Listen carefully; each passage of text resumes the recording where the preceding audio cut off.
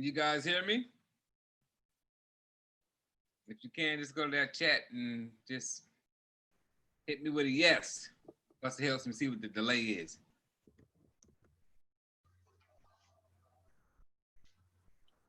Yes, yes, yes. All right, good stuff. Good stuff, good stuff.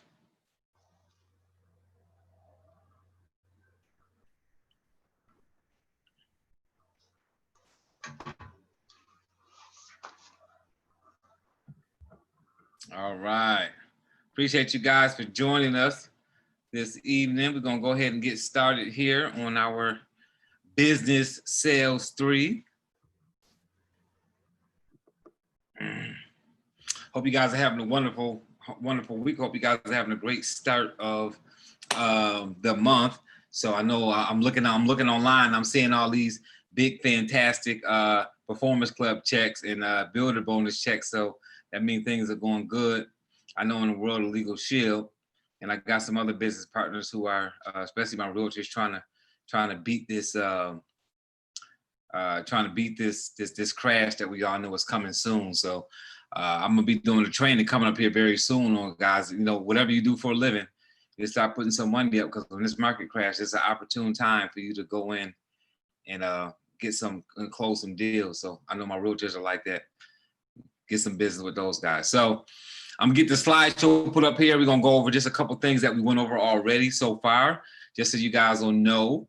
You know what you missed if you missed it, and it's just a refresher because it all runs together, because this is part 3 of this series. So this one here is going to be about the sales process. So I want to make sure you guys are familiar with that. So again, of course, for my people who are looking at the recording of this, of course, we're doing it live right now, but these videos are edited, and throughout these videos, you will always see tags go across the top of my head, which will let you know different information, other videos that you should watch, other channels that you should tune into, and videos that are relative to what I may be speaking about. Also on the bottom right-hand side of your screen, of course, those that are looking at this live, you won't see it there, but the people looking at the recording will see on the bottom right-hand side of your screen a way to subscribe to the YouTube channel.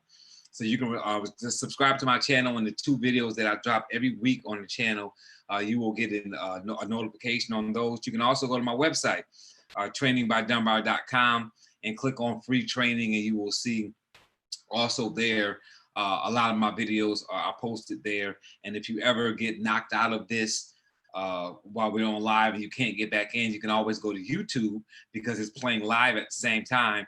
And if you ever want to get back into Zoom and you don't know what the link is or any of those things, you can also go to my website, trainingbydunbar.com, and go to live Zoom training, and you can also log in there as well if you can't find the email or anything like that. So, all right, good. So enough of those, the add-ons. Let me go ahead and share my screen real quickly so we can look at a couple of things.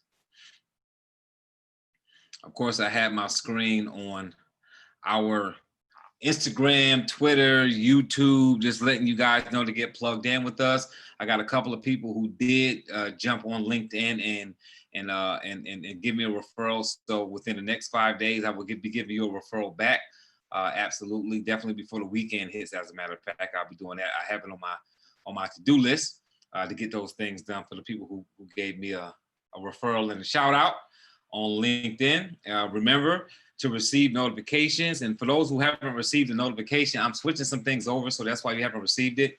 But you will get back to getting those notifications. But if you text Mindset, MINDSET, to 904-932-0622, you will get notifications every week for these trainings that we have going on here.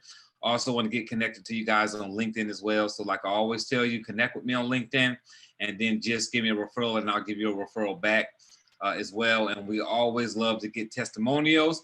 So whether you're a coaching client of mine and you can give me a testimonial, or you're just somebody that gets on these live trainings and you can give me a testimonial based on those, that'll be fantastic. If I can get you to do that.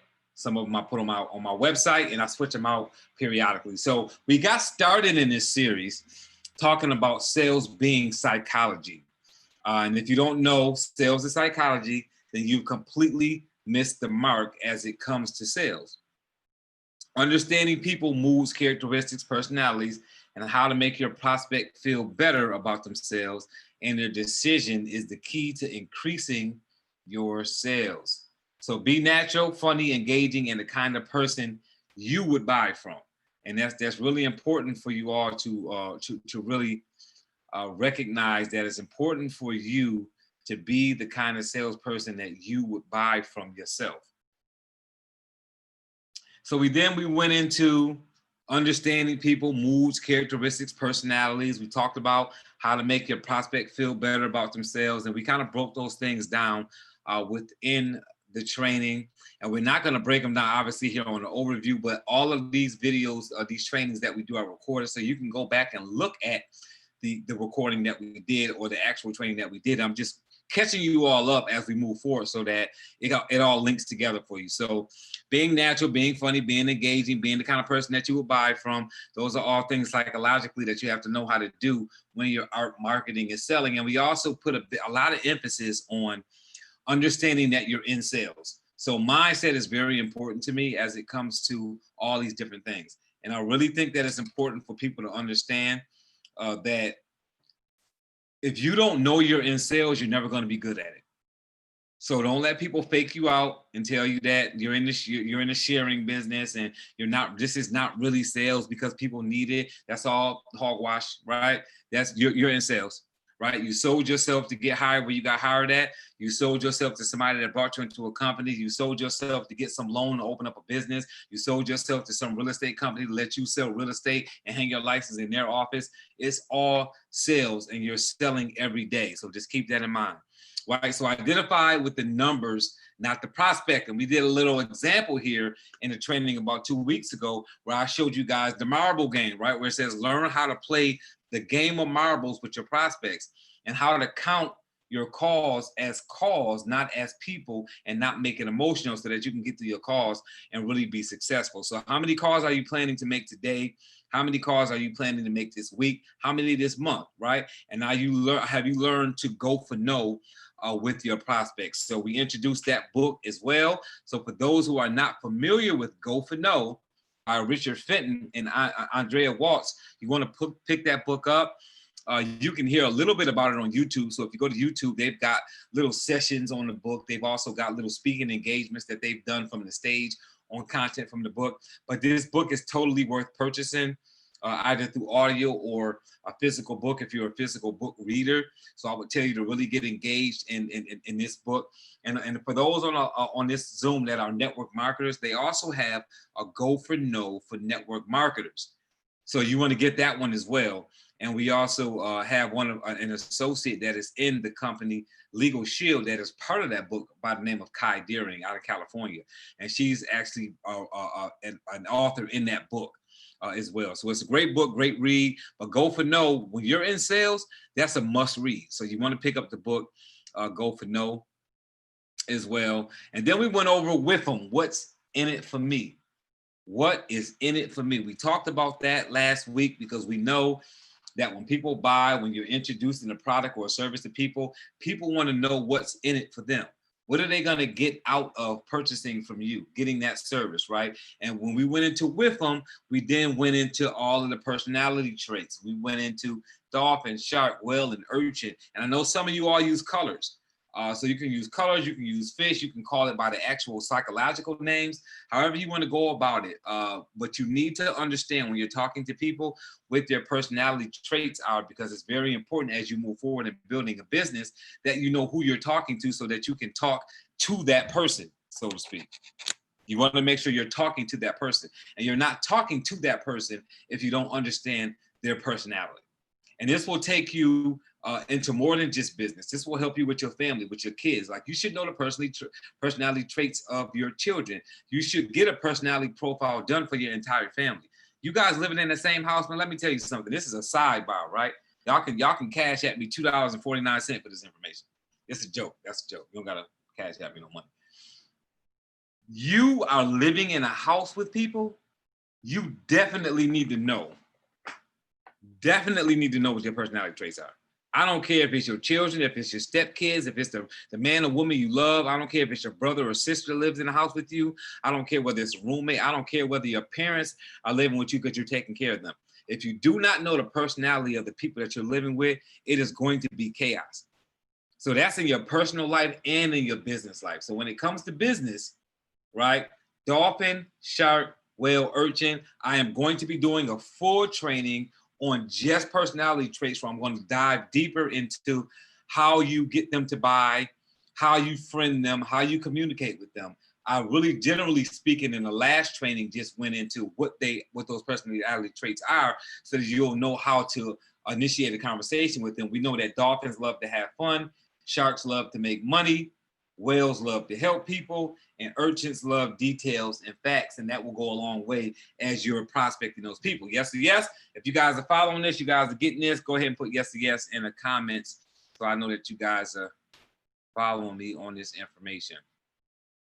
So we also talked about talking good but listening better, and I gave you guys some examples of how listening is really how you control the deal and how you find out, one, what their personality is, and also it would assist you in understanding what that person's needs are so that you can close that deal. And it really helps as we talk about putting the deal on paper, which is part of what we're going to be talking about today, putting the deal down on paper. How do you draw up a proposal? How do you get them to close? How do you do a three-way call if you haven't listened to that person and find out what they need so that you can deliver that information through your closing process, whether it be third party, whether it be just an application, or whether it be a proposal that you put together. And I've been in industries where I've had to do all three. So I'm very familiar with those type of closings in every different setting. So today we're going to be talking about financial mindset, following up, diversifying your sales techniques, putting it on paper,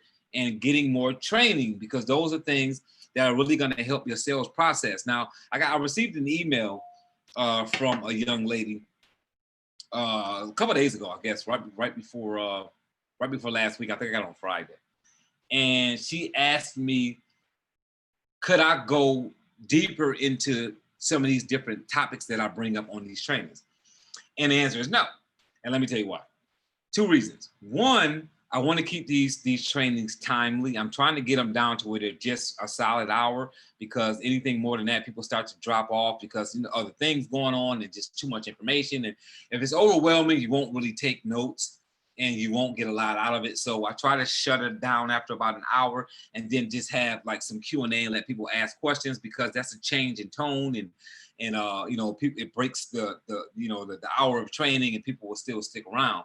So we normally go a little bit more than an hour, but an hour of training, then some Q&A. The other reason is because I'm a coach and I'm a trainer and I have a training company. If I go super deep into these topics, then there's no reason for a person to hire me. So one, I've got clients that get on these calls that they don't, sometimes instead of recording, sometimes they get on live. And it's not fair to my paying clients to get information for me to give the same information for free on a Wednesday night free training that I'm giving them what they're paying for in the package. So when you're paying for coaching from me, one, I itemize it and I change it up so that it's directly for you and your business and what your goals are. But secondly, I go deeper into some of these topics because now I've got one-on-one time with that person, and that's what they're paying for. These free trainings that I do are really to give you just general things that you can do to increase your business, because I want people to get better in general. And it allows people to have a source to come to say, hey, look, I'm a beginner. I'm looking to move forward in specific things. And, this can help. So these trainings can help you. But if you're saying, hey, look, I got clients that's trying to double their income. I got clients that's trying to double their sales. I got clients that's trying to leave their 9-to-5 and go to a full running business where they can not only run a full-time business and take care of their household bills, but they want to retire their spouse. That takes you having a personal coach or trainer to do that. So, and that's not a pitch, that's just what it is. Again, I'm a product of my own circumstance. I have 3 coaches. I have 3 separate coaches because I've got different things going on. I got a coach because I'm an author. I have a coach because because I'm an entrepreneur, and I have a coach because I do speaking engagements. So I have 3 separate coaches that I pay. So I'm not telling you guys you need a coach and I don't need one. Like, I have 3. So and they've been very helpful because it allows me to bounce things off of them and things like that. So when we get to that last bullet point, like training, and more training, I'm gonna give you guys some tips on ways that you can get training without a coach, obviously. But you also, if you're taking your business serious and you're not just coasting, you want to get a coach. And it doesn't have to be me. It can be anybody. It can be, a coach. It could be maybe you got a family member or a friend or somebody goes to your church or in a chamber that's a coach. I'm not telling you to necessarily use me, but you need a coach in your business. So I'm not telling you that to pitch it to you because I do it. I'm telling you that because as an entrepreneur coach, I would never suggest a person try to explode their business without having somebody hold their hand and walk them through the process and let them know what they should be doing, how they should be doing it.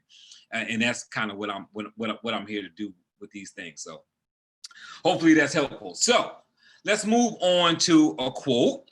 How you sell is more important than what you sell. How you sell. How you're selling it is more important.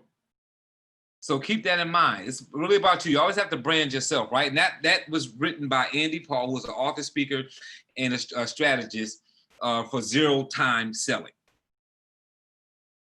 So let's get into some information here on what we're going to be talking about. So let's get your financial mindset in order to give you the confidence and drive to fill your pipeline and follow up with posture.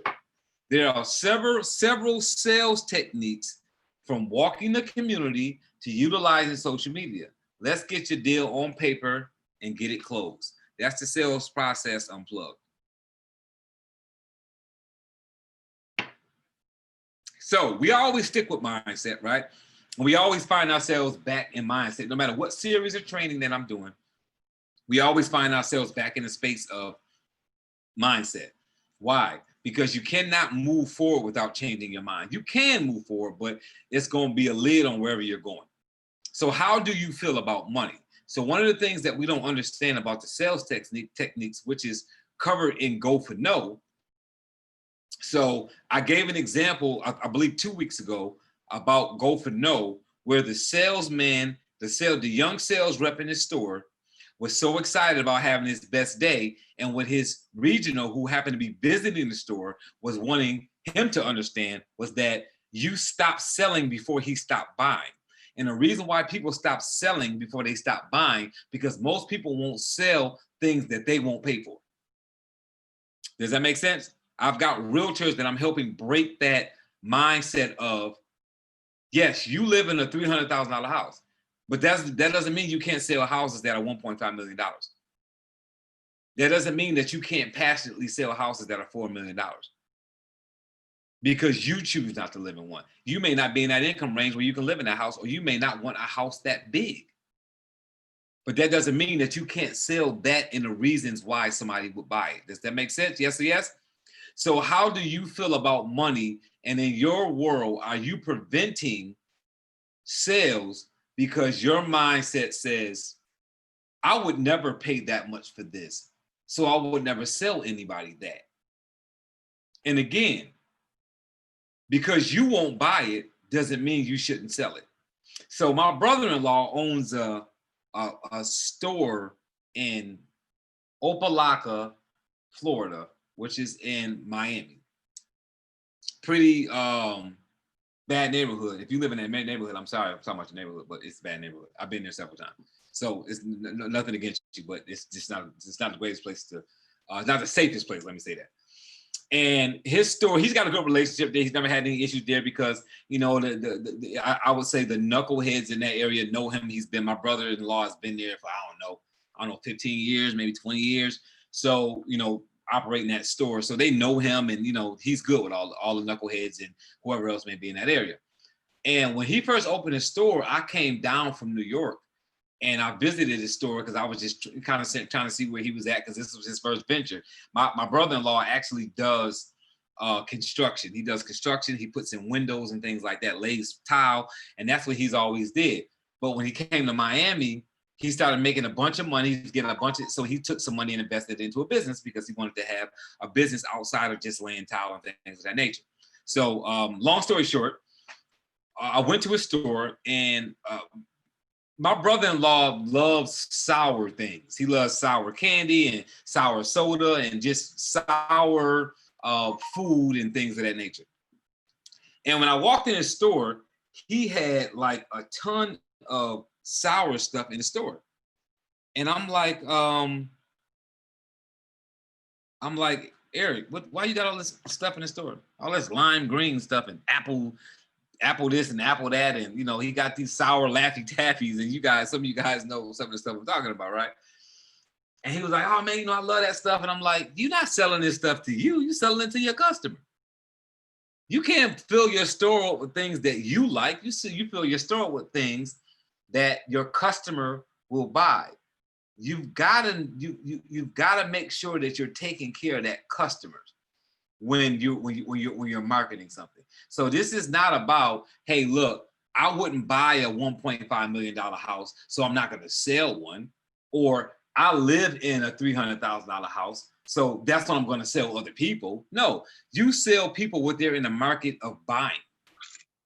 And if you don't know how to sell that thing because you've never sold it, then you learn. That's why we do training. We do more training so that we can do that, because we want you to do that. We want you to know how to do that. That's why you should learn. That's why you should learn your industry. I'm sorry about that. Let me back that up. That's why you should learn your industry, so that's a circumstance for you, if that makes sense. Give me 1 second, guys. Let me move this chat here. I'm trying to get my chat out here, so when you guys are saying things, I can see them. Sorry about that. Bear with me 1 second.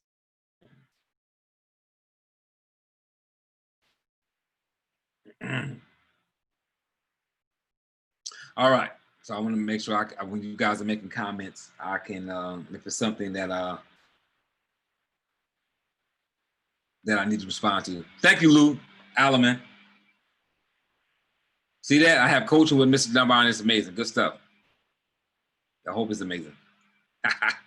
So, how do you feel about money? When you say money, how do you feel? Say that to yourself. Just say money. Like, ask yourself, how do you feel about money? We know we need money to pay bills and all those different things. We know that. But how do you really feel about money? Are you attracted to money? Is money attracted to you? Do you get excited when you hear about money, or does money make you feel bad because you're behind on your bills? Are you one of those people who run out of money before you run out of month? Right? And throw some comments down there if it's okay. I mean, if you want to be transparent. If you don't want to be transparent, I'm saying that. But if you want to be transparent, put it down there, because you've got to understand, guys, until you get these things right. And this is why mindset is so important. You can't fool yourself. You can fool everybody around you. You can fool your spouse and your kids and whoever you work for, or your employees if you own a business. But I promise you, you cannot fool yourself, and you cannot fool your brain into thinking that something is going on that's not going on. Either you're working towards something or you're not. You're working towards something or you're not.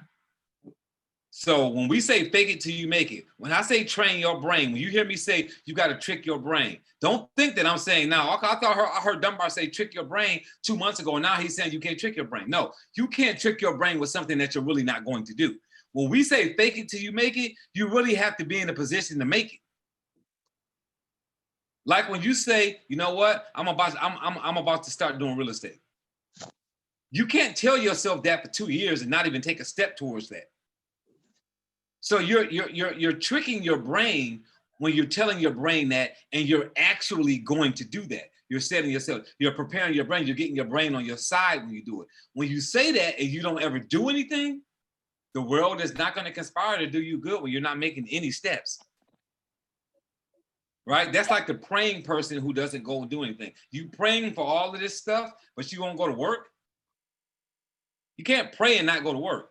Things aren't going to pop up on your doorstep, except for stuff for Amazon. Now, you can pray for stuff for Amazon, and it'll be on your doorstep when you walk out, because the Amazon's weird, right? But seriously speaking, you can't pray and say, I want to live in a bigger house. I want to have a better car. I want to do this. I want to do that, and not be looking for a job. Now, can you be looking for a job vigorously and not find one and get a blessing? Absolutely. But can you be on your couch flipping through your remote control, but praying every night that you want a better lifestyle and get one? Not gonna happen. not gonna happen. So when you say to yourself money, you ask yourself, how does that feel? When you wake up in the morning, right? When you get up in the morning and you're thinking about what you got to do today, are you thinking about the bills that you can't pay? Are you thinking about, oh, I got this due date coming up on the 14th for something that I got to take care of and I got to wonder where the money is coming from? Are you looking at the calendar and saying, okay, it's only 2 more weeks before the first again, and I got to pay the rent, and I don't have enough. I'm trying to figure out where the money is going to come from. Because if that's how you're thinking about money, you've got a bad relationship with money.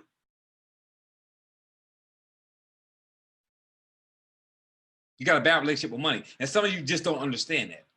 This is why you don't drive and push to get money, because you got a bad relationship with money in your head and you don't understand. You're only using money to pay your bills. You're basically saying, okay, I'm gonna do what I gotta do to make sure I get this money so I can pay these bills. And then you relax and you feel better after you paid your bills. That's a bad relationship with money. And I know some of you are saying, well, everything is not about money and you can't think like that. You know why you're thinking like that? Because you got a bad relationship with money. Sorry to tell you that. That's normally where that mindset comes from. That's normally where it comes from. So I know that everything is not about money. We just happen to need it for everything, right? You figure that one out. I know it's not the most important thing in the world, but you can't feed your kids. You can't put them through school. You can't buy them clothes. You can't put gas in your car. You can't go on vacation. You can't feed yourself. You can't buy yourself clothes. I mean, you figure it out. We keep saying that it's not important, but you can't really do anything without it. So you have to ask yourself that question. That's why I'm sticking with this. Because you can't move forward and be wealthy. Guys, there are some absolute, put a yes or yes in the comment box if you know at least one stupid person that's rich. I mean, I'm talking about you, when you see them, you can't even pay attention to what they say because you're still trying to figure out how they got that much money and they stupid. Right? Now, I'm not saying this to you to insult anybody, guys. I'm saying this to you because you don't have to be smart to be rich. It has nothing to do with you being a smart person. It has to do with you utilizing the things that are in your space and making an effort to do better and changing your mindset. There are people that are rich that don't even know how they got rich because they believed, right? They did affirmations and they believed and they did the right thing and they worked hard and they got rich. They saved money. You know how many people have a lot of money because they literally just disciplined themselves enough to save money? What kind of relationship do you have with money?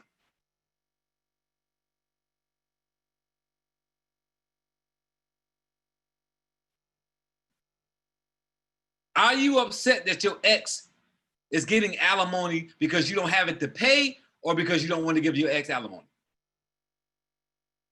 I mean, I'm just saying,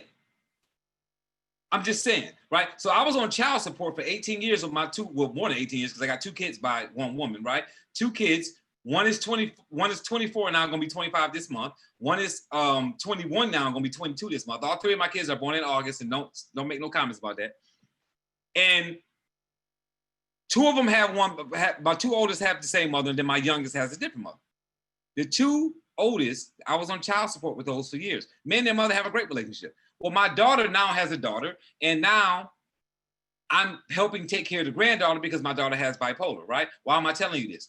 Because I paid child support again for my granddaughter to her mother. So we've got an ongoing joke that she's got me back on child support. You think that bothers me that I pay her $125 a week or $500 a month for my granddaughter? No, because money isn't an issue. But if money was an issue, I would have 1,000 reasons why me being, and I'm not really on child support. I just I give it to her because that's my granddaughter. But it's child support in the sense of I give her $500 a month because my granddaughter stays with her and I get her every month for a week, right? So money is not an issue. I'm not wealthy, but $500 a month for my granddaughter is not an issue. So it doesn't bother me. But ask yourself, in your current circumstance, how would you feel if your ex that you had 2 kids by was now taking care of y'all's granddaughter and you was giving her $500 a month? Would you despise that situation because of your relationship with money?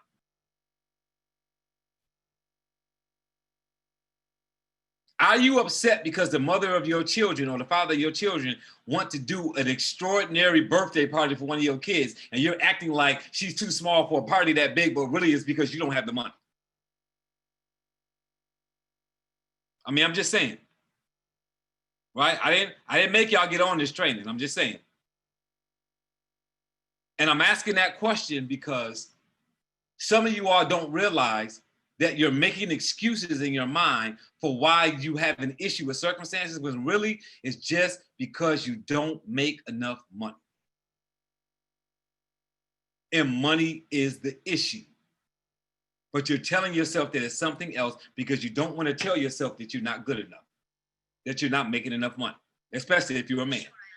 You don't want to tell yourself that. So where are your money goals posted at? Where do you have them at?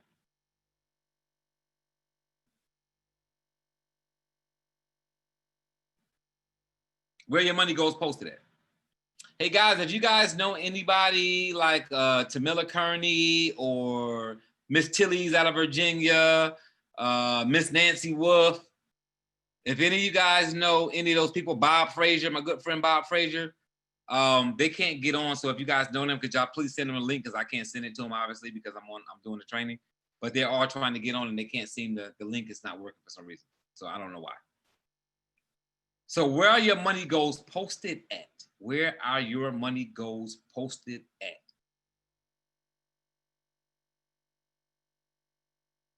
Are they hanging from your mirror in your car? Are they on your cell phone? Are they on your backdrop on Facebook? Do you have it on your mirror in your bathroom? I keep saying this stuff every week, right? Same stuff, right? I don't even know why I'm doing a different training. Same stuff. Same stuff, guys. Money goals. How do you plan on increasing your income and increasing your sales if you don't raise the bar? You gotta raise the bar. If you don't raise the bar, you're stuck.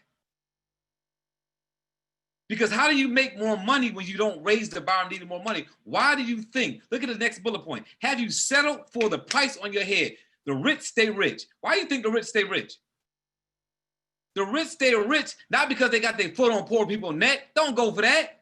The rich stay rich the same reason the poor people stay poor, because people stay in the zone where they're at because they're comfortable. If you take a person that makes $100,000 a year and drop them down to 40,000, they will find themselves back to $100,000 a year, because the things that they have in their life that they pay for, that they need, that they use, whether it be a kid going being a ballerina, whether it be them driving a specific kind of car, whether it be them going to Starbucks every morning, whether it be them living in a gated community, they don't want that to change, and they're going to scrape until they figure out how to get themselves back to 6 figures so that they can have the lifestyle that they want. When you're broke, guess what? You're used to that lifestyle. So you're not going to stretch yourself to get to 50, 60, 70, 80, 100, $200,000 a year, because you're comfortable, because you settle with the price that's on your head. You settled with it. You told yourself before you got there that you was going to settle. Some of you all were somewhere doing something, getting $40,000 a year, and said, when I get to 50, I'm going to be good. And guess what? You've been at 50 for 5 years. You've been at 50 for 5 years.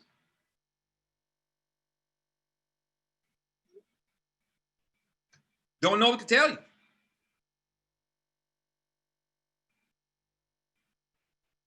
You settle for the price on your head. And until you take that price off your head and change it, right? Until you take that price off your head and change it,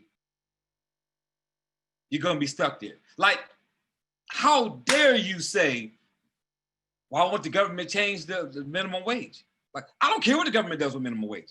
If they put it up $10, I don't care. If they don't, I don't care. Not because I'm not empathetic to people who have a job at a McDonald's or a minimum wage place, because you can change the price on your head. You don't need the administration to change what you're worth. Are you kidding me? Why would you need the government to tell somebody to pay you more for you to be worth more? You can't be serious. And then at some point, you've got to Got to, right? Look, this is without a doubt, guys. You have to look yourself in the mirror and say, am I the same person that's saying, I don't believe in the government, I don't like the government, I don't trust the government, oh, but I'm waiting for them to raise minimum wage? How big of an oxymoron is that? You don't trust the government, but you waiting for them to raise minimum wage so that you can make more money. You're waiting for them to decide whether they're going to give 200, 400, or 600 for unemployment. When the price on your head, you placed it there. Guys, I'm not empathetic to somebody that lost their job. What I'm telling you is there are jobs out there. There's things you can do from home. What I'm telling you is you can make something happen. You do not have to wait for the administration to put nothing together. You don't have to wait for Congress to finish arguing and fighting to meet. I don't care what you believe in. I don't care whether you're a Democrat, a Republican, an independent, a progressive. I don't care what you believe in. You do not need the government to put a price on your head to tell you what you're worth. You can start a business today. You can borrow money from somebody and start a from home business today. You can do something today. That's nonsense. So the only reason I'm not empathetic for those situations is because you're in that situation because you're choosing to be in that situation. I know what I make every year. And I make what I make because that's where my mind is at. So the same training that I'm giving you guys, I take. Because in order for me to increase my income, I've got to change my mindset. Does that make sense? I've got to change my mindset. So it doesn't matter what you make. I don't care whether you're making 30, 70, 170, $250,000. I don't care if you're making what my mentor is making, Mike Humes, which is almost $700,000 a year. You can still make a decision to make more money by changing your mindset again. You can't tell me that Jeff Bezos is the only guy that can make that amount of money. You can't tell me that Donald Trump is the only guy that can make that kind of money. You can't tell me that Oprah Winfrey is the only woman that can make that kind of money. That's not true. They just got a different mindset than you. You can call any of them or all of them stupid. They may be stupid, but they have a mindset that allows them to increase what they're worth.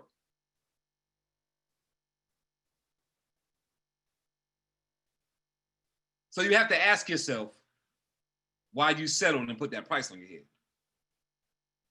Got to ask yourself that. Have to ask yourself that. Got it? Yes or yes, guys? All right, good stuff. It looks like those people found their way on YouTube. So appreciate you guys. Thank you, Tilly's and Nancy Wolf and Bob Frazier and all your great people for getting on YouTube. That's why we do it there live too, in case that happens. Sorry about that. So let's look at these books. Look, we brought these books up again. Look, all I had to do is put the slide up there again because we already talked about this because we always talk about mindset. That's what we talk about. It's real simple, guys. It's real simple. This is what we talk about. Look at this. Money mindset and first 10 million.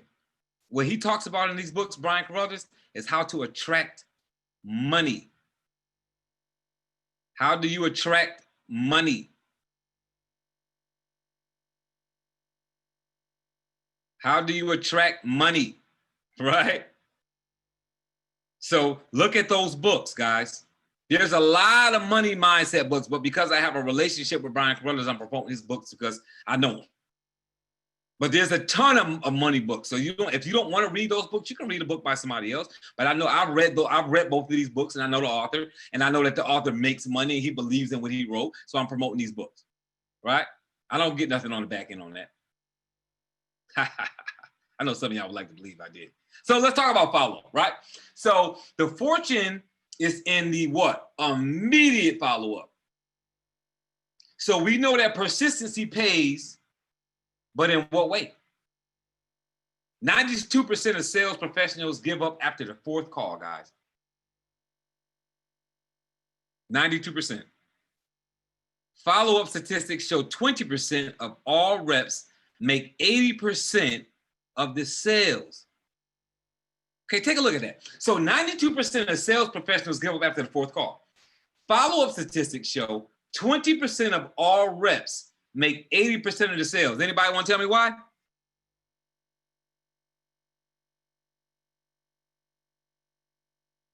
Come on, y'all moving slow. Y'all moving slow. Y'all think it's slow tonight.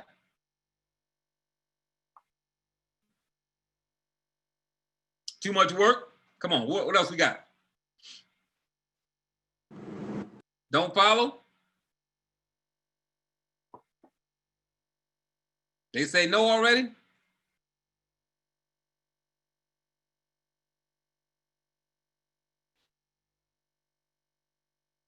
The reason why 20% sell to 80%, because they sell to the prospects abandoned by the rest. That's why. Because you knocked on the door, you left your package, you made a cold call, you emailed your package, and then you didn't follow up. So 5 to 7 touches for somebody to become a customer. Depends on what industry you're in. So that client that you're talking to, somebody talked to them at their church about the product that you sell. They said, yeah, they didn't buy it. That's one touch. Then they went to their meeting at the chamber and somebody else talked to them about the same product, right? And Fred said, yeah, didn't buy. So then Fred's cousin calls him and says, hey man, I just got involved with this company, or I just got my real estate license, or you said you wanted to lose 10 pounds. So I'm in the process of finishing up my nutritionist and my personal training certification. And I'm wondering, can I coach you? And Fred says, yeah, that's the third touch. He ain't ready yet. Now you went in there and talked to Fred at his office, at his place of work, his business, whatever he does for a living, and you dropped the package off and you spoke to him. Yeah, he ain't ready yet. I heard of this before. He's not ready yet. That's the fourth touch. Now somebody cold calls Fred and says, have you heard of this product or this service? Wanted to shoot you a quick email and let you know how it works. I'll give you a call back next week. Shoots the information. That's the fifth touch. Now we're in the 5 to 7 zone. And guess what happens? Ray-Ban reaches back out to Fred and says, hey, I sent you the information. Did you get a chance to look at it? Oh, you know what? Actually, I did take a look at it. Hey, wanted to get an appointment. I'm kind of a belly person. I'm gonna be in your area next week, working some other accounts. Can I stop by there and go over the information with you, make sure you understand it clearly? So when Ray-Ban called Fred, cold called him and sent him the information, that was touch number 5. So touch number 1 through 4 by the other people, right? By Clarence and by Ann, who didn't follow up, and by Fernando, who didn't follow up, and by Melissa, who didn't follow up, they fell short. But Ray-Ban got Fred on that 5th touch when he sent him an email, and then touch number 6 was the follow-up call, which the other people didn't do, to say, I'll be in your area. Can I see you? He says yes. And then touch number 7 is when Ray-Ban comes in this area and sits down with him. And now he closes Fred on a product or a service that 4 other people already reached out to him for, but they did not follow up. That is why those last 2 slides are up there. This is what's happening in your business. So when you walk into a place and you speak to them once or twice and they say yes, and you like, that one was easy, that's probably because they've been touched already 3 or 4 times by somebody that didn't follow up. You're not a genius salesperson. They just already been touched. I'm sorry to bust your bubble. So I'm just letting you guys know that when you go to make your sales, somebody abandoned that person. And it's your job to go in there and clean that up. Doesn't matter what product it is. Doesn't matter what service it is. Follow up is key, but it's got to be immediate. So we know that persistency pays, but in what way? Don't give up. 50% of all sales happen after the 5th contact. After the 5th contact, guys.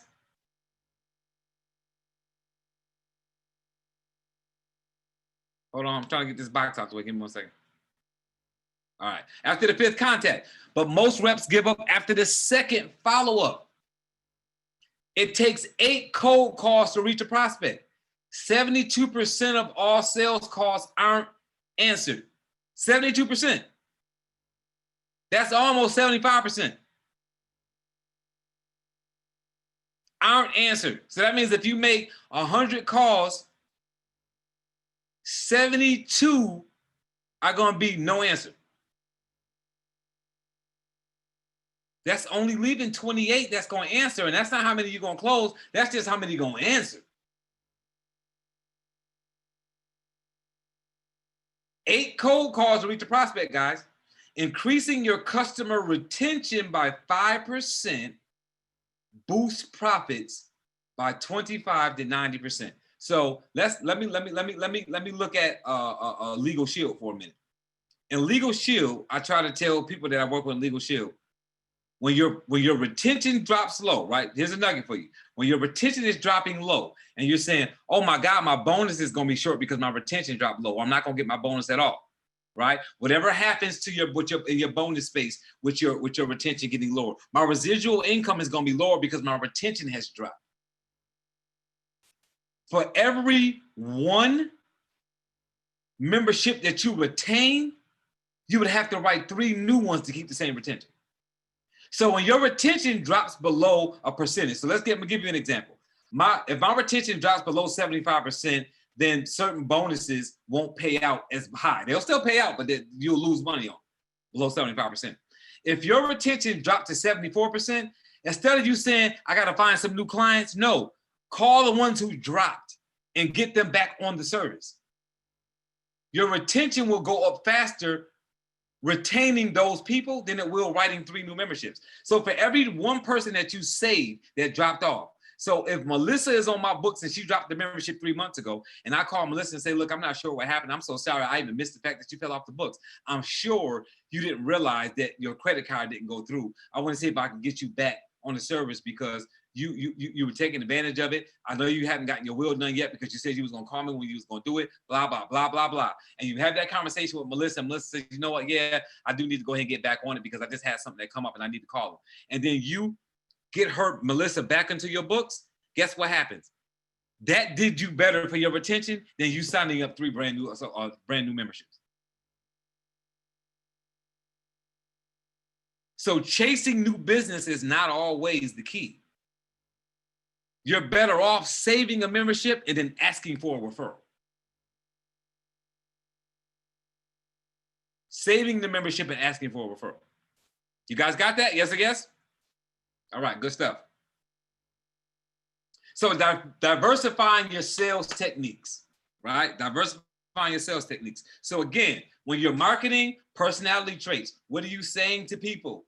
What are you saying to people when it comes to diversifying your sales? When you're talking about personality traits, what are you saying to people? Are you saying that, are you telling the dolphin that they can have fun working with you? Are you telling the whale that they can help people by working with you? Are you telling the shark that they can make a bunch of money? Are you telling the urchin that, hey, look, I've got a bunch of information you can take a look at to make sure you're making the right decision? Do you have that information? Right? Okay, now let's switch that over to diversifying your sales techniques. Everybody is not going to be sold with the same technique. So you can walk your community, or you can cold call, or you can do both. Walking your community and cold calling is similar, except one is belly to belly and one is just on the phone. Some people are really good cold callers. If you're a really good cold caller, then cold call. If you're more of a belly to belly person like me, then walk in to businesses. Whatever it is that you need to do for your thing, whether you're doing, now if you're doing B2C, you're not going to do walk-ins. If you're doing B2C, which for those that don't know, B2B is business to business, B2C is business to customer. So if you're doing business to customer, you may be doing something like joining a networking group because that's going to be how you belly to belly, because you're going to be in a BNI or a local chamber or Toastmasters, and now you're going to do business to customers. See, I do B2B and B2C because I'm B2B on my benefits, I'm B2B on my business solutions, but I'm B2C on network marketing. I'm B2B when it comes to my coaching and training company, when I'm booking workshops with companies to help them with leadership training and things of that nature. But then I'm B2C when I have a personal coaching client. So both of my companies run B2B and B2C. So you got to be able to diversify your sales techniques, because if you don't, then you're going to miss the mark somewhere. So walk in the community, cold call, and join the networking groups, right? Speaking engagements and workshops. Workshop people, guys. You got to workshop people. If you go to my website and go to services, you're going to see one of my services that says let's workshop. Sometimes you have to educate people before they buy. Sometimes you can't do a sales presentation because everybody doesn't want one. Sometimes you have to go on and you have to do a workshop. You have to workshop people.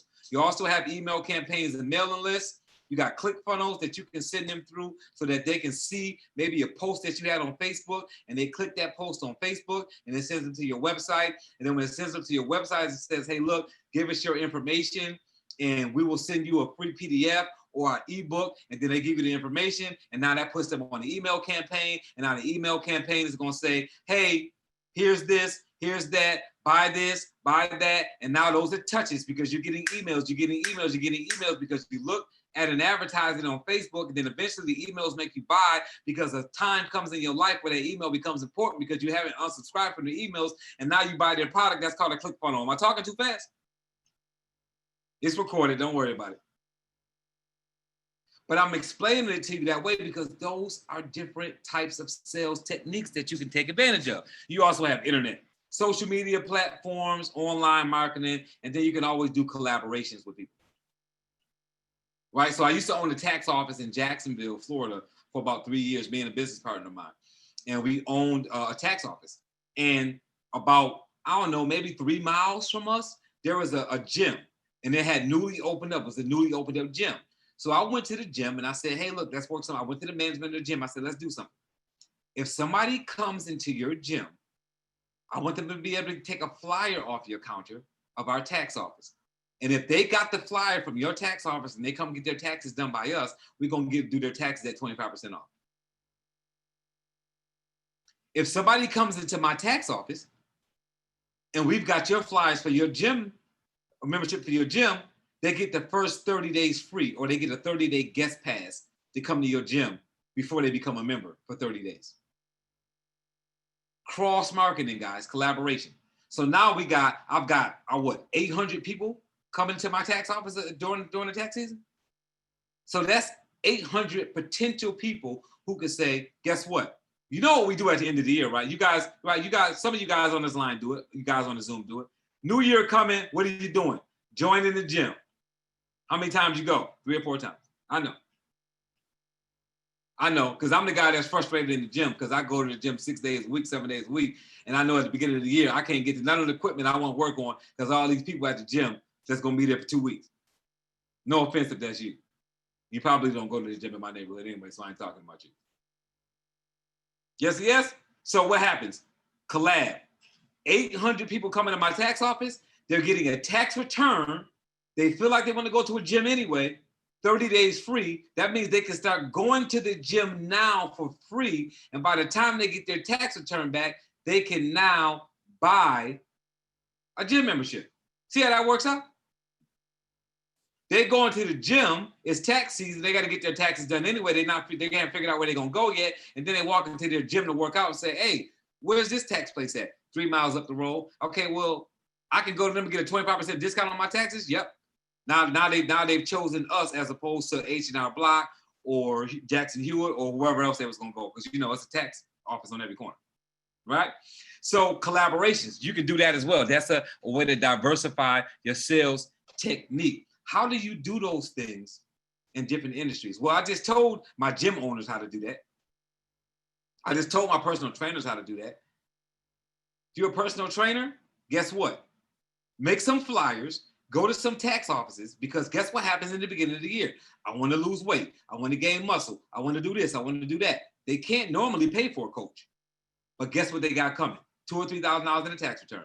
So put your flyers in that tax office and say, hey, if any one of your customers needs to get a coach, personal trainer, they can get me for 25% off, 50% off, or whatever it is you want to do. You do it how you want to do it, right? That's the way for you to get business. Collaborate. Let that tax office know, I've got several clients already. I'm going to pitch your tax services to them. I'm going to let them know, hey, look, guys, I know you guys getting your taxes done. I work with a tax office, and if you use them, they're going to give you 25% off. That's how you would do that. That's how you would collab. In Legal Shield, I got more collabs than I can even tell you about in Legal Shield. I collaborate with people who don't want to market your service. I've got financial planners who don't want to do the red taping, they don't want to get licensed, they don't want to become a broker with Legal Shield, so that we collab. We do things together. Hey, you working with some churches? Yes, I do financial programs for churches. Okay, let's do this. The churches that I work with and do will workshops, I'm gonna bring you in to do a financial program. And the churches that you work with and do financial programs, bring me in to do a will workshop. That's how I collab with financial agents. So you gotta find a way to collab with people so that you can do business with them. Yes or yes? All right, good stuff. Next slide.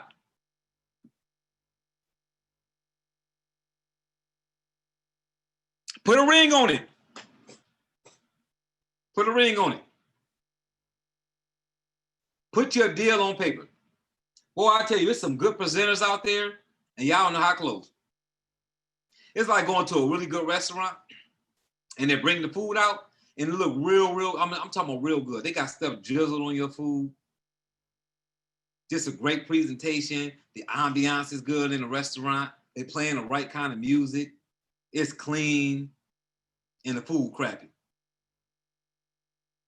You ever have a good restaurant with good food and a bad waiter? Guys, you gotta put your deal on paper. A great presentation goes a long way, but until you put your deal on paper, you can't close the deal. So how are you gonna close your deal? Do you have a good closing technique? Do you have a proposal system or setup? Are you using a third party to close your deal? You should have a process to close people.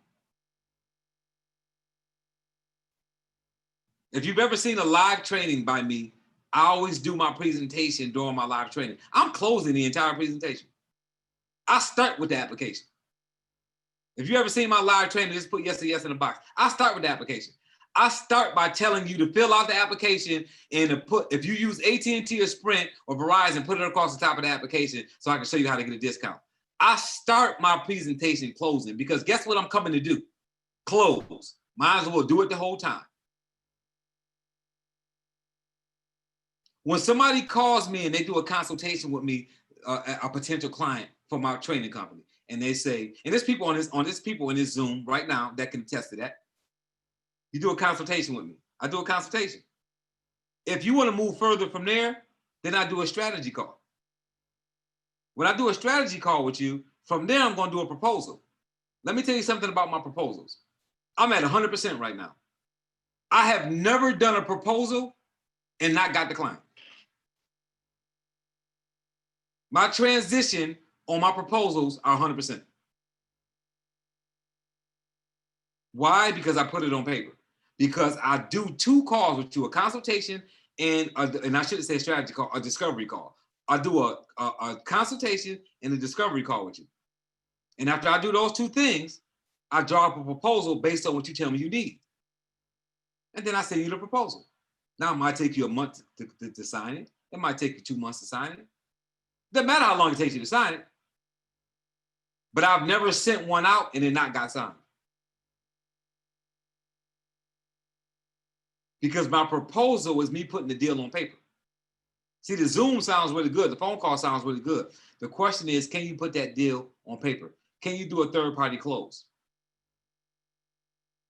See, some of you guys can close without the third party, but you're missing a point. You still need to be doing third party. Even if you can close, you do third party for several reasons.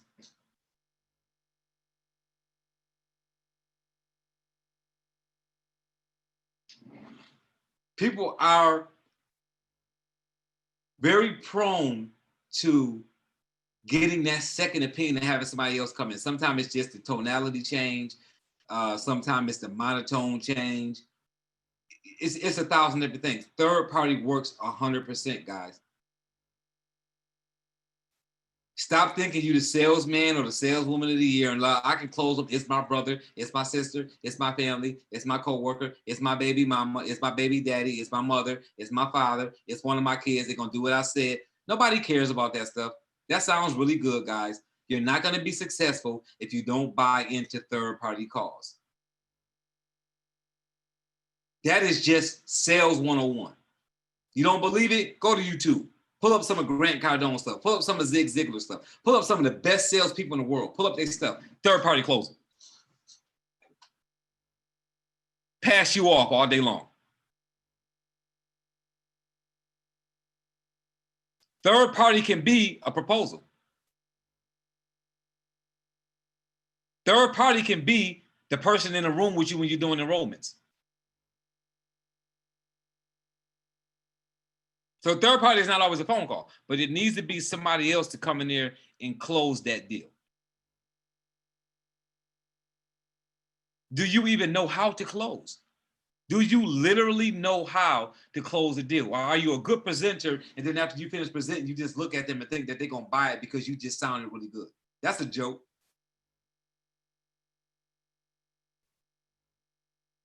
Do you have a way to transition your conversation or your presentation into the sale? All you need is a one-liner, guys. All you have to be able to do is say, hey, Mr. Alleman, look, I really love this product. I really love this service. I think that you're going to love it too. What I want to do right now is get you set up so that we can get you something in the mail, letting you know how everything is going to work in detail. What address should I send this to? And start filling out the paperwork. Or if you're on your computer, you're on your laptop or whatever the case may be, you guys that are taking my live training, you guys already know, y'all seen me train on this. Don't ask me no questions because I'm gonna answer your question with a close. So if you say, so can my son or daughter use this product too? Or is it just gonna be for me and my spouse? Oh no, absolutely. Your son or your daughter as long as they're not over the age of 26, they can take advantage of it too. As a matter of fact, have them download the app so when we get you set up, they can go ahead and log on to the app once we get your setup in place. Would you like to get started on paper or would you like to get started on the computer? Don't even ask me a question during the presentation because I'm gonna end every answer with a close. How would you like to get? Because I'm assuming the sale. I got taught how to close a long time ago. A long time ago. If you do not have a closing technique, you are losing rapidly. Don't blame it on the product. Don't blame it on the system. Don't blame it on any of that. If you don't have a closing technique, you're losing. Until you get one, third party. And stop asking them to do third party. Just get them on the phone, right? I'm talking to Barbara Smith. Hey, Barbara Smith, look, it seems like you're excited about it. I remember when I first heard this information, I was excited as well. Give me 1 second. I've got a business partner of mine in the same industry you are. I know she's got a fantastic story to tell you because she's had a lot of success in the business. Let me get on the line. I'm not asking you to do no three-way call. You're my prospect and this is my call. This is my sale. I'm not gonna ask you permission for nothing. Am I being too harsh? Why am I asking for your permission? You gave me permission when you decided to show up at my presentation. You guys follow that? Good. Getting close to the end, guys. All right. Are you being trained? And I touched on this a little bit already. The sales system stays the same, but your sales techniques need continued education. So the question is, are you being trained? And I emphasize being with the underline because not have you been trained, right? Because I know some of y'all certified, y'all ain't qualified. You call me talking about, oh, I need some help with CDLP, or I need some help with my network marketing, or I need some help with my business solutions. And my very first question is, are you certified?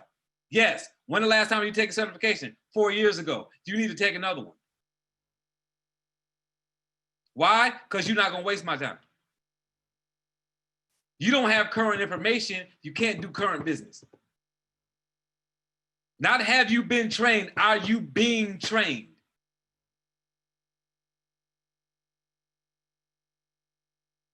Don't find yourself put out in no relationship because you stopped growing. Some of y'all did that to somebody. Some of y'all it's been done to y'all. It was so nice when you met them. 2 years later, You can't keep up no more. You done stop reading books. You don't go to nothing no more. You sit in the house. You think you found the one. They growing, you not, you out the door. That's how it works in business and anything else. Ups and downs, guys. You got to stay on top of it. Right? Sorry to use the real life, but you know, some of you guys need to hear it that way. Get recertified. Take online classes to go back to school. Read books surrounding your industry or listen to audios. Pull educational videos on YouTube or other social platforms. Get a coach. I know that's a shameless plug, guys. Get a coach. But you have to stay current. You have to be being trained. I'm in 3 different organizations where I get 3 different books a month, every month. I've got 3 different books a month being pushed in my direction. Plus, I choose a book every month to read. It's got to do with me being crazy as I don't know what. I almost cussed. See, I know my crazy because I know me.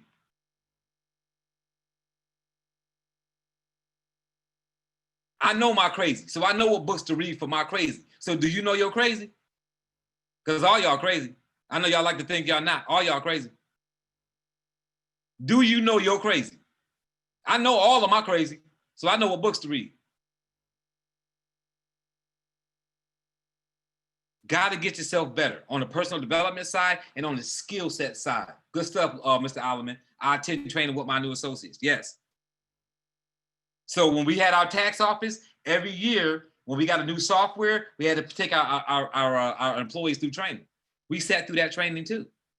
I wasn't the one doing the taxes. We were just sending the taxes we were sending the taxes from the office to the IRS. That was a separate process.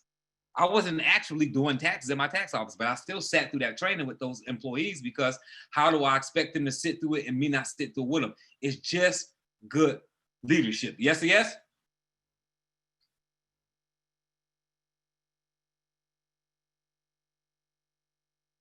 All right, good stuff.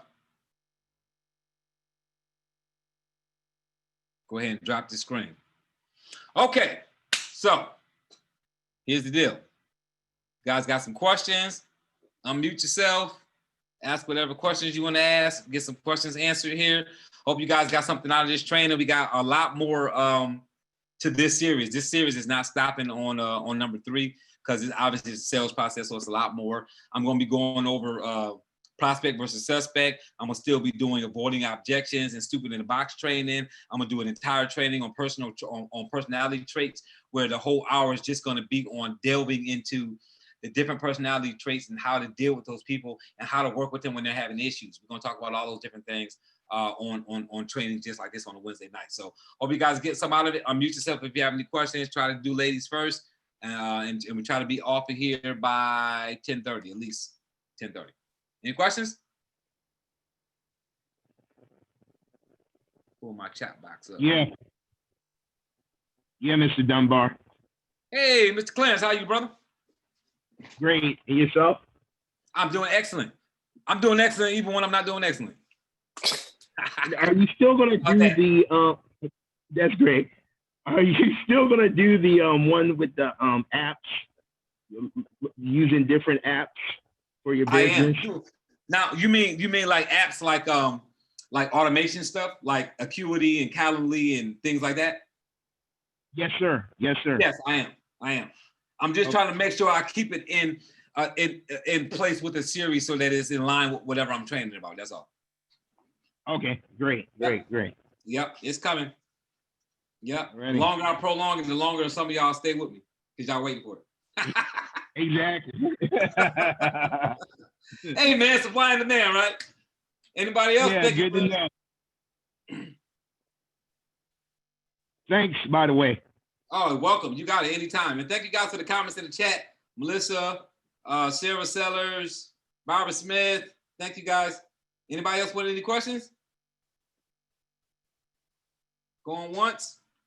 I have one. This is Fernando. Hey, Fernando, how are you? Doing well. And you? I'm doing great. Thanks for joining. Yeah, definitely. Thank you.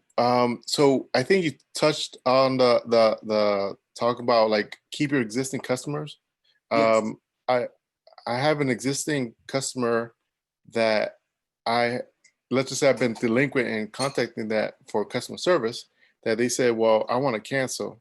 So what I did was, okay, I'll help you. Here's a number. You got to call you personally. I can't do it for yourself.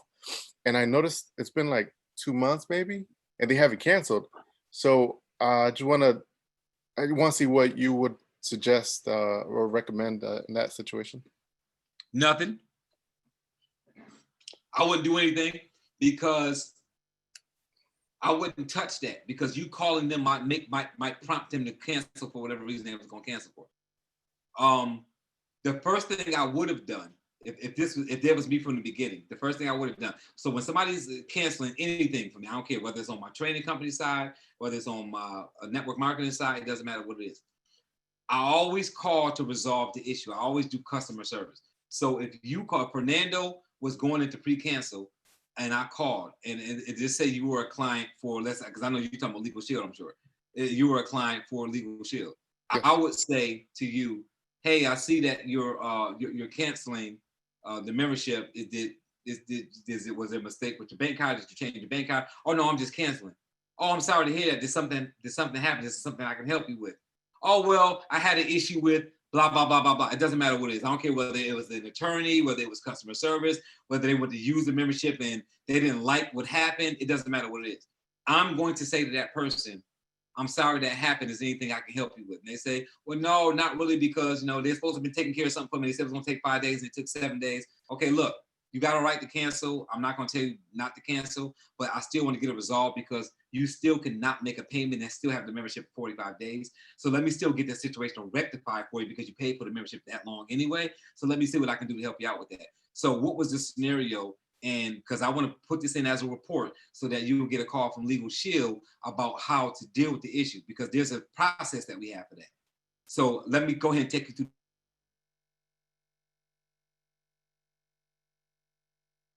your situation resolved. That's the most important thing. You follow what I'm saying? Yes. Yes. Yeah.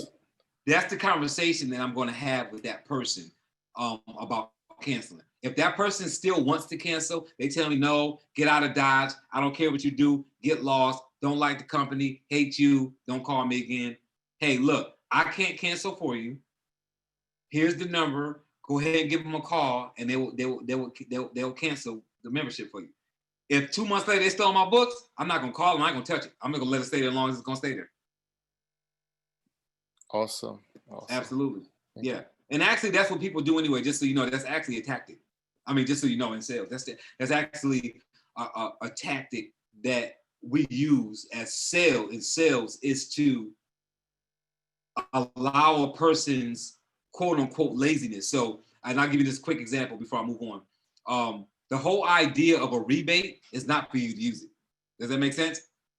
Yes. So you won't buy this computer because it's $500 and you just not gonna spend more than $400. I don't know that, but I know that in the psychology of sales, there's people that's not buying this computer I'm selling because it's $100 more than what they're willing to pay. Does that make sense?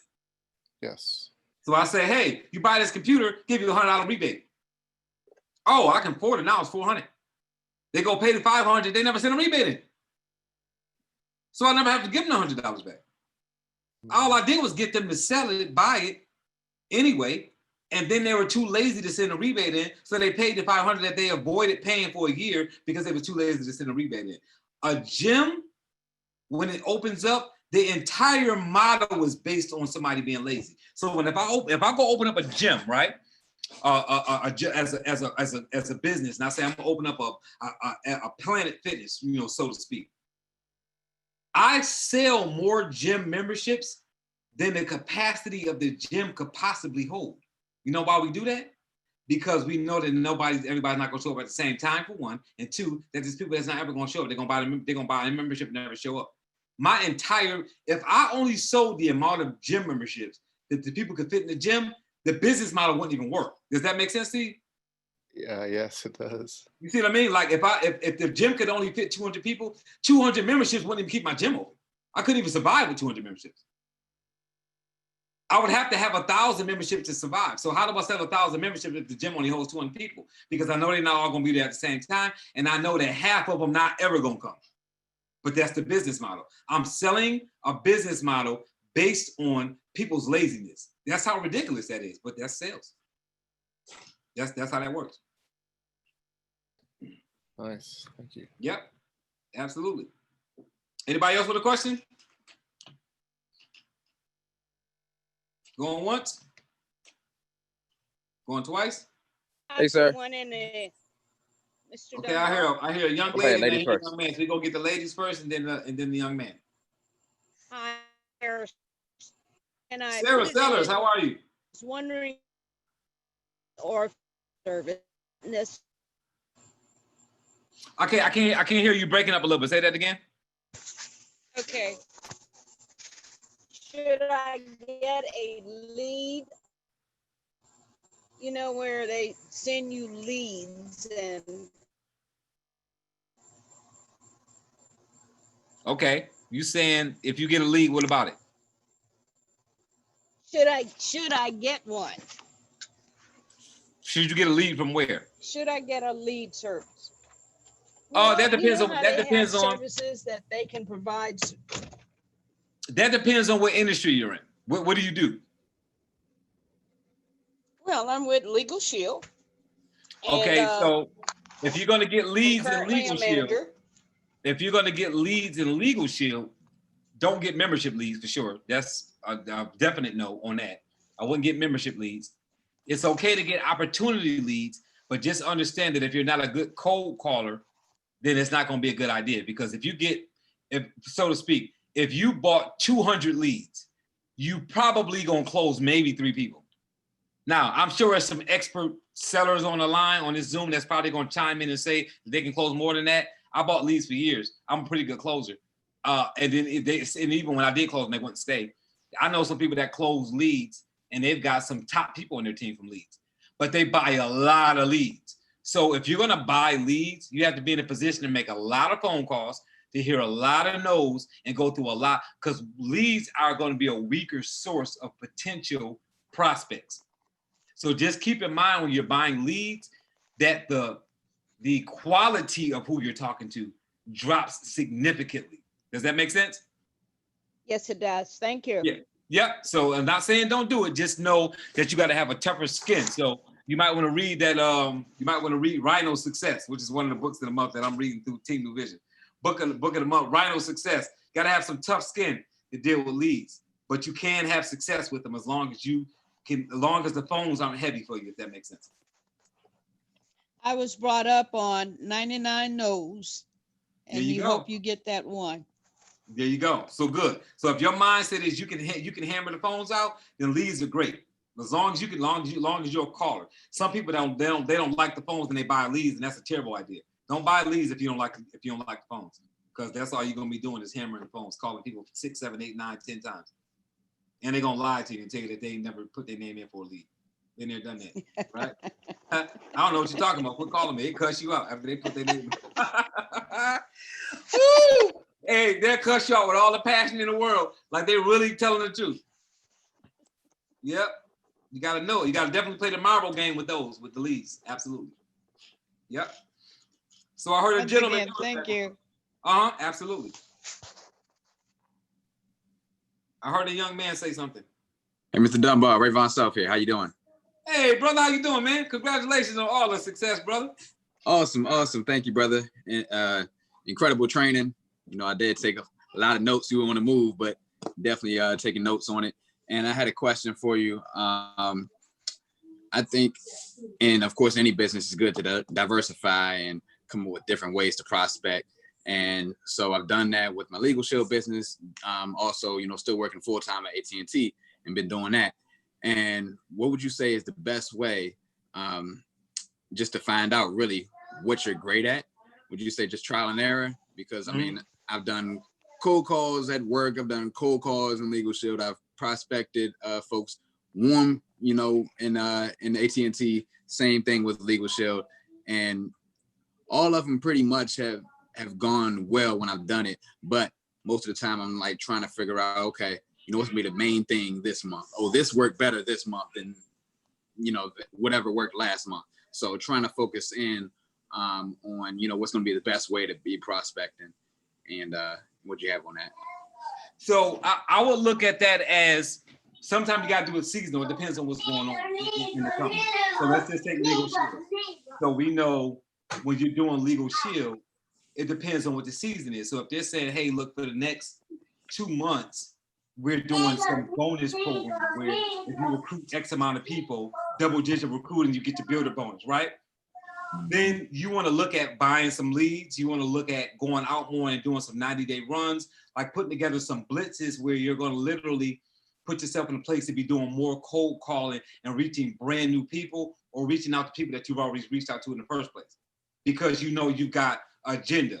So what's going to change your agenda is going to change what's happening with the company. So it's all seasonal. So for me, I do more recruiting insurance agents during benefits enrollment time, because that's who I'm around. Most of what I'm around is people who do insurance benefits. So I'm recruiting brokers at that time.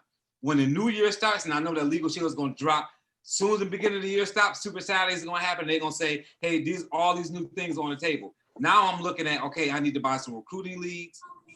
Because I got to look at bringing new people into business. I got to look at my follow-up sheets and look at my prospect by legal shield and find out who I prospected in the last 60, 90 days, who didn't come on, and reach out and call those people again.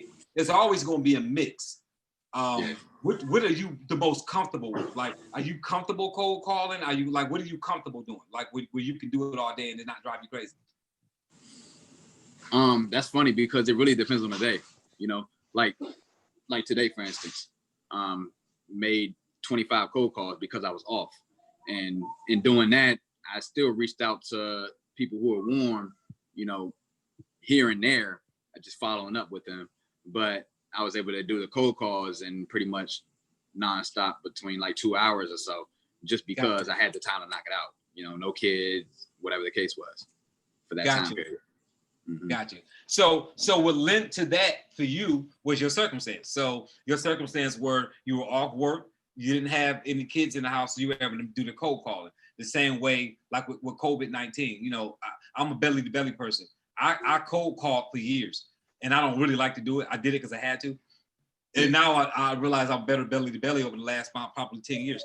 So because of COVID, I can't do belly to belly, so I'm back to cold calling sometimes. I do a little bit of cold calling. Mm-hmm. I don't like to do it, but I do it because I know that's what I have to do, and I know how to do it. So sometimes it's your circumstance that changes how you do it. You know what I mean? Gotcha. So sometimes you got to do what you can do to create the most production. So let me tell you what's going to drive the day on that, though. You having a task list and a to-do list and having a certain amount of numbers. That's what's going to determine how that's going to work. So it's like I did the marbles 2 weeks ago. Let's say, for instance, you're saying, as Rayvon Self, I'm doing 50 touches a day, right? The question is on Thursday, which is tomorrow, how can you do 50 touches a day? Can you go out and do 50 a day, or do you have to cold call? How are you going to be able to get 50 touches in tomorrow? Right. Because if the only way you can do it is cold call, then that's going to answer that question. You see what I mean? If you're saying we've got a family barbecue on, and I know for your family that's not going to work because your family is legal shield, so you can't talk to them really. But but I know if it was a family barbecue and I was going and it was my family, I would know that I could do some belly to belly because I'm going to be with my family Saturday and Sunday for a barbecue. So I know that if I do 50 touches a day, I may get 20 touches in at the barbecue face to face. Then I only got to do 30 calls. Does that make sense? Mm-hmm. So if you set a goal of what you're going to do is that for activity, that will sometimes determine what you do as activity, because the amount of time you have to do it is going to determine what you can do. Okay. And that's why it's so important to have a calendar and have a task list and a to-do list and all those different things. I've been pushing Asana, and I'm gonna do a training on that. But Asana as a task list to keep your to-do things up to par, so you know what you're gonna do. Because when I got up and I was doing cold calling, I was getting up and I took my marbles out, and I knew that I was doing 50 a day, right? Well, guess what? You can't walk in 50 paces a day. It's impossible. You know what I mean? Yeah. So I had to cold call because I wanted to get to 50 a day, because I had been taught in the sales game that in order for me to close X amount of deals a month, I had to make X amount of calls a day, and that number of calls was 50. And I could not do 50 touches a day on the streets. So I had to do it as cold calls. Got it. Yeah, Perfect. so that's how you're gonna look at. But you should definitely diversify. Definitely do all of it, because you're gonna have people on your team that's gonna want to do other ways, and you're gonna want to do it. So do some walk in the community. So you may take maybe a day where you know that you can get out, like you don't have to deal with the kids, or maybe you have to pick up the kid and drop the kid off, right? So when you drop your kids off at daycare, then stay out and work the field, walk the community all day, and say, I'm gonna walk the community until it's time to pick up my kids from daycare. Got it. And then you could do it that day. And then, you know what I mean? So on that day, you know, I'm in the field all day long versus being on the phone. And if it's a day that the kids are going to be home, then you say, okay, I'm a cold call because I have to be home. So always work your business. I know this sounds strange. It may not sound strange to you because of who your father is, but to other people, it may sound strange. You have to work your business around your lifestyle. As much as we say that your business is most important, when you have a family, you got to have your family on your calendar before you put your business, because if not, you'll lose your family. And it doesn't make any sense to be rich and wealthy and famous or wherever it is you're trying to reach in life if your kids can't stand you and your spouse left you. It just doesn't make any sense. So you want to put the family vacations, the piano, the dropping the kids off and picking them up and practice and all that stuff on your calendar. Once you have that stuff in place, guess what you can do? You can now determine how you're going to prospect based on what you have to do. Does that make sense? Perfect. That'll help you tremendously if you do it that way. Now you're making your family happy, and you're also determining how you're going to prospect the next day based on what you have to do. If the wife is like, "Hey, look, I got an early appointment, so you got to drop the babies off and you got to pick the kids up." Okay, great. I know what I'm doing tomorrow. I'm walking the community. So let me look at my list of companies that I haven't gone to, that I haven't followed up with, and put all of them on the list. And now I'm doing 15 walk-ins in between to pick up and drop off and be going to lunch. And now that's your day. You can adjust your day based on your family schedule. And that's how I would do that. Got it. Yeah. Appreciate that, sir. Thank you. Oh, you got it, brother. Anytime. I appreciate you being on. Hey, Mr. Dunbar. Yes. Hey, it's Lou Alleman. I just wanted to share that. Hey, what's going on? I just wanted to share basically that I'm finding through the years I've done the recruiting leads and so forth. But what I've been having a lot of success most recently is because we've been involved with Legal Shield now for 6 years, my wife and I. And so I go through my active members. I print the memberships as well as the active associates. I have over 135 associates, but we all know not 135 associates are active. You know, so what I do is simply I touch both quarterly. I go through the list, just like if they were recruiting leads, and I follow up with them for the ones in the membership and ask them, hey, just wanted to reach out. Hey, this is what's going on. ID Shield came out with the privacy monitoring, something new. I noticed that you don't have ID Shield. I'm going to send you a link. If you look at it, we can chat briefly after that. So I'm finding out that we've been recruiting one new associate a week, in addition to the memberships now is coming in about 2 a week, simply by following up with my current members and ex referrals from my current members. Back to you, sir. No, absolutely. And that's fantastic. And something else too, Rayvon, and anybody else that needs to hear this, that you can do in your business, is I found this to work in the last couple of years, is break up your prospecting, break it up based on industry and what the people do. So like choose a day and say, I'm only going after business owners, or I'm only going after engineers, to recruit engineers, and just have because when you have a system that you're using, you move faster. So if you say, I'm going to pull the call that the Zoom call for hair salon stylists and barbers. Okay, you're only using that Zoom today.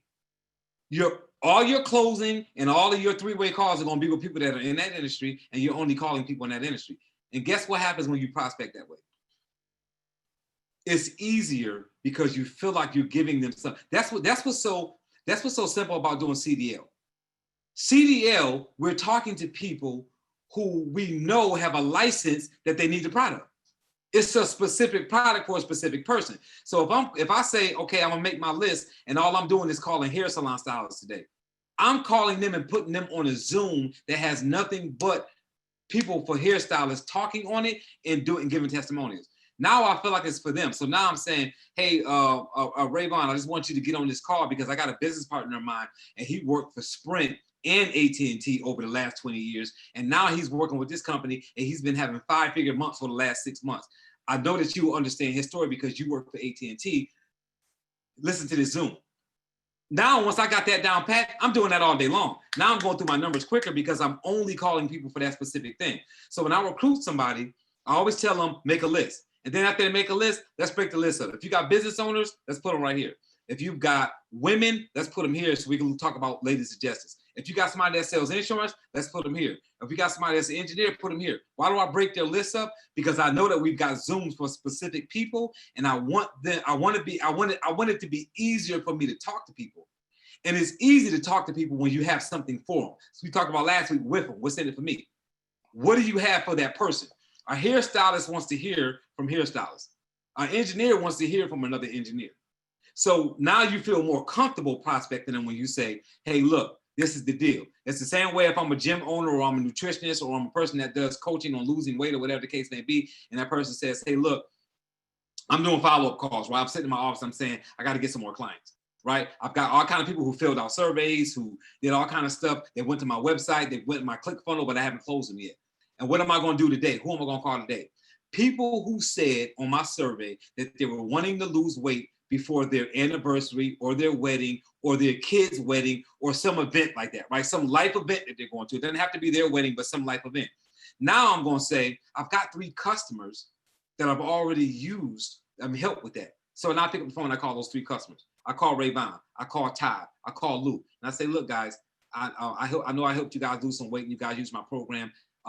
Is there any possible way that you're available to give a testimonial? Because I'm reaching out to some people that are having the same issue that you were having. And since I was able to help you, I want to know whether or not you can talk to that person for me for just a few minutes. Oh, absolutely, Mr. Dummer. Absolutely, sure I can. Just let me know when. Okay, now I'm making calls all day to those people and I'm saying, look, I know you said you want to lose weight. I want to contact you because I know how important it is. Your daughter's only going to get married once. I want to help you look the way you want to look. I've got some other clients I help do that. They've given me permission to use their name and to let you speak to them. I want to get you on the phone with one of them because I want to get your program started. I know I'm talking fast, guys. I just talk fast. I'm from up north.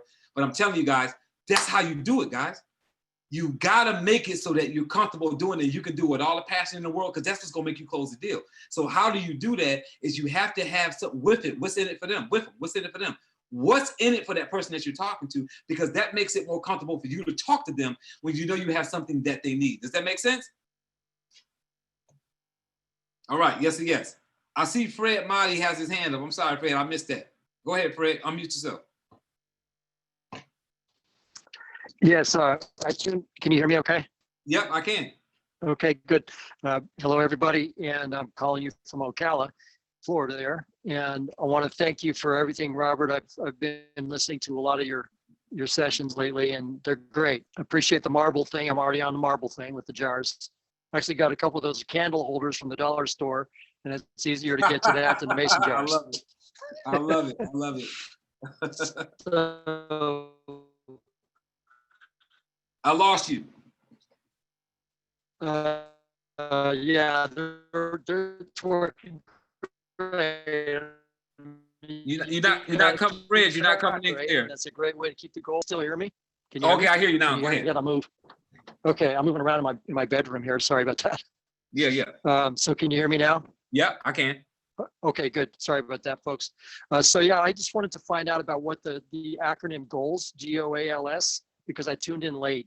I could tell you had a dot after G, a dot after O. What does that stand for? GOALS. Oh, actually, it depends on who you ask how they do those acronyms. I didn't do that today. Like you didn't miss it. I didn't even go over that.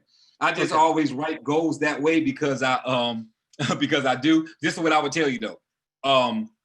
Instead of me just telling you what goals mean and just leaving it at that. If you go to my YouTube page or you go to my website, either one, I have an entire training on SMART goals and I cover all of that. That's all we're talking about.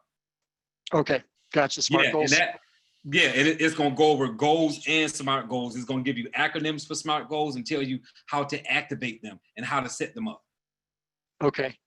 Yeah. So yeah, thanks so much for your work. I'm really enjoying it. Thank you. Absolutely. Yeah. So either go to my website and go to free training and it'll be there, or you can go to my YouTube page and click videos and you'll see it's going to be a video that says how to create powerful goals or how to set SMART goals or something like that. But it'll be obvious. You'll know that it's the right training. And it's with Sharanda Ivy. Sharanda Ivy actually trained on that with me. Okay, great. Thank you. You got it. Absolutely. Anybody else? I'm sorry, my watch is talking. My Siri is over here talking. I don't know what's going on here. All right, anybody else? Going once? Going twice? All right, guys, fantastic. I appreciate you all, guys, for hanging in again. Remember, YouTube, subscribe to YouTube, join the Facebook page, Becoming an Entrepreneur. Follow me on Instagram. I'm on LinkedIn. I'm on Twitter. I'm on all those different platforms. So you can find me there. If you got any testimonials for me, just email them to robert@trainingbydunbar.com or dunbar.robert.com. Please, when you get a chance to visit my site, I'm in the process of building the UK page because I got some UK clients now. But I'm building my website out a little bit at a time as my business grows. But I appreciate you guys for all the support. If you need anything, just reach out to me. You know, I do free consultations on whatever. So just click the link for my free consultation on the website.